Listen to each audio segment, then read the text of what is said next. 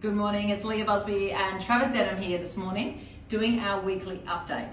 So, you ready to roll? I'm super ready to roll. Okay, so today we're going to talk about finance when you're buying a property. So a lot of our clients buy a property subject to finance, even if we've got finance pre-approved. So that just means you make an offer to a real estate agent, you say, yes, I want to pay X amount of dollars, but I want some time to get my finance done. So do you see that a lot in the market? 100%. So probably 7 out of 10 deals we do have a finance element to them.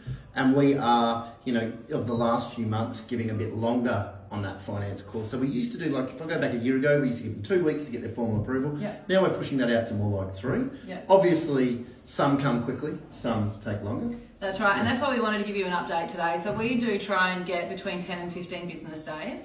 Even if we do have pre-approval organised, we just don't know what's going to cause a delay in the finance. It could be getting the valuation done, and if it is an investment property that the agent's selling, we have to get back in with the tenants.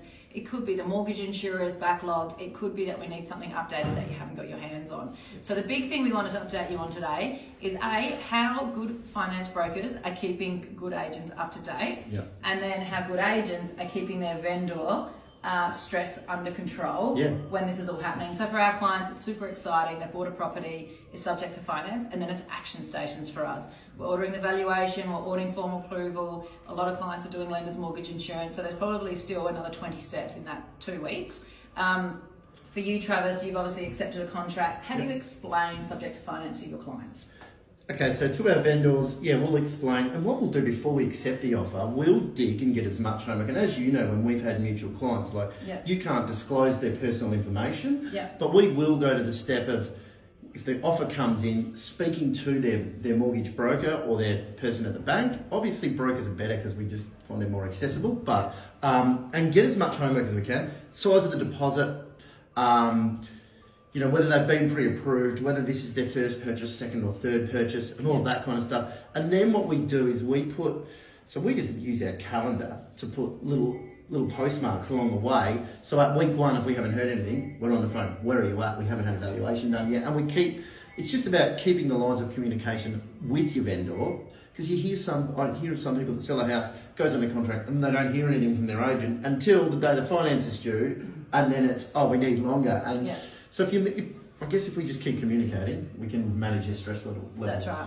And we do get a lot of questions. So if finance is running late, doesn't always mean there's a problem. Sometimes it does, but most times it doesn't mean there's a problem. There's just a delay somewhere in the bank system, somewhere in the mortgage insurance system, somewhere that they could be backlogged or what's happening. So we'll always put what we call an escalation on it to try and make it happen quicker. But every now and then, they are, especially this time of year, they're backlogged. They cannot get through the paperwork quick enough. Yeah, this being December, coming into Christmas, it does get we crazy. See more of it. Yeah, so what we do in our office, obviously we do always say to the agent, hey, just letting you know, we don't think we're going to meet finance. I'm emailing. I don't think we're going to meet finance on Friday, which is giving you a heads up. There's no problems. It is looking like it's going to be Monday or Tuesday. Is that okay?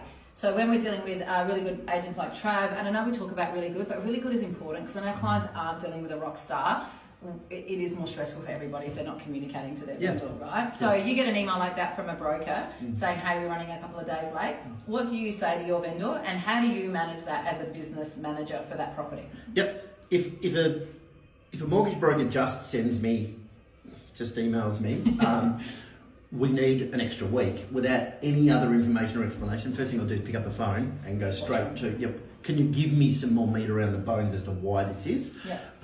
So we had a situation literally with a purchaser that was going to a certain lender. They had a bad rental history, and that lender went, no, so they declined them. But then what the broker did was said, look, we've got the parents have gifted them some more money, which enables us to go to this bank that doesn't look at the rental history. So with that explanation, I then went to my vendors and said, we're in a better position if we give these guys the extra week and a bit than if we relaunch the whole property to market and start again, especially in December, because you're not going to be settling till the end of January if you find a new buyer then. So, And that's exactly what we tell our clients. You're running a couple of days late with your finance. It is highly unlikely that an agent is going to say, do you know what, we're going to cancel the contract. If they cancel the contract, the amount of time they have to give you to cancel the contract, they can generally, the finance would come through in that time frame anyway. Secondly, they don't want to release it. They don't want to do more open inspections. They don't want to negotiate a new contract. So in most cases, We'll let you know that it could be running late for whatever reason and why it's running late and how we're fixing it. We certainly let the agent know. We give as much details as possible. So what you just said is true. We really explain things. Yeah. And then generally a couple of days late, most agents will just wait for it. Yes. Anything longer, we'll get an addendum. Correct. Yeah. But on that, I have had scenarios where we've had, let's say we've just signed the contract, it's within the first week, and we get a warning bell that there's something, like the mortgage broker says, look, I've just hit a really big roadblock and this is what it is.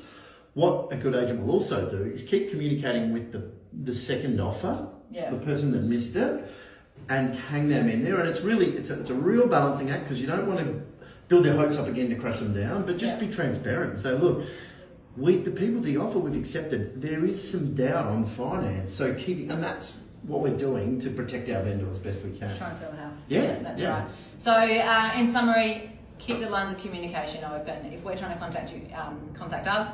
If you get a message from the agent, certainly for us here at Blackfish, we just say, tell the agent to give us a call. We're always happy to speak to the agent. We give them live information of exactly what's happening and what we're doing. So if you've got any questions about that subject to finance clause, certainly don't panic. That's our big message to you this morning. Yep. We'll make it work. Any questions ever, give Trav a call, give me a call. We'd love to help. See you later.